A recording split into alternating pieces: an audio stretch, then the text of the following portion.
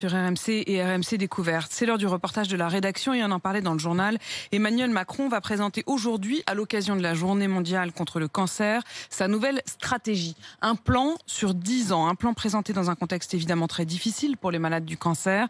Certains d'entre eux, particulièrement vulnérables face au Covid, sont considérés comme ultra prioritaires pour être vaccinés. Sauf que on leur dit qu'ils sont ultra prioritaires, mais dans les faits, c'est souvent mission impossible pour réussir à obtenir un rendez-vous. C'est le cas de Lydie. Elle a été rencontrée par Kelly Vargin et Caroline Philippe. C'est le reportage de la rédaction. C'est une quête quasi quotidienne au téléphone, sur Internet, doctolib.fr, santé.fr. Vaccination, rendez-vous. Hop, et rien. Rien, pas de rendez-vous. Et pourtant, Lydie, 51 ans, atteinte d'un lymphome folliculaire, est considérée comme ultra prioritaire par les autorités sanitaires. L'épée de Damoclès, moi je l'ai déjà. Là, on m'en rajoute une deuxième. J'ai peur, oui, j'ai peur de mourir de ça. Alors que mon combat actuellement, c'est le cancer. C'est pas le Covid-19.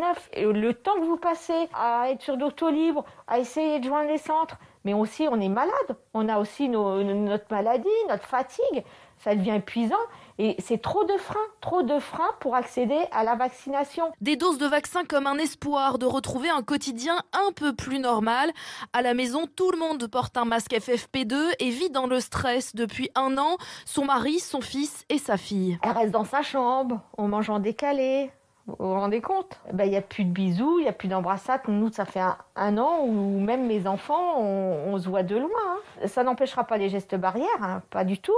C'est revivre un peu et un moyen de se dire qu'on est un peu protégé. Car ces patients sont plus fragiles que le reste de la population, explique Gérard Lesbatz, oncologue à la clinique du Parc Impérial à Nice. Ils ont besoin d'être vaccinés plus que les autres, pour des raisons qui sont liées à la fois à la maladie qui provoque quelquefois une immunosuppression, et au traitement qui lui-même rajoute à cette immunosuppression. Donc ils sont immunodéprimés plus que la population normale. Ce serait idiot de mourir d'un virus alors qu'on peut guérir d'un cancer. C'est également la crainte d'Isabelle Huette, directrice adjointe de l'association Rose qui accompagne les malades du cancer.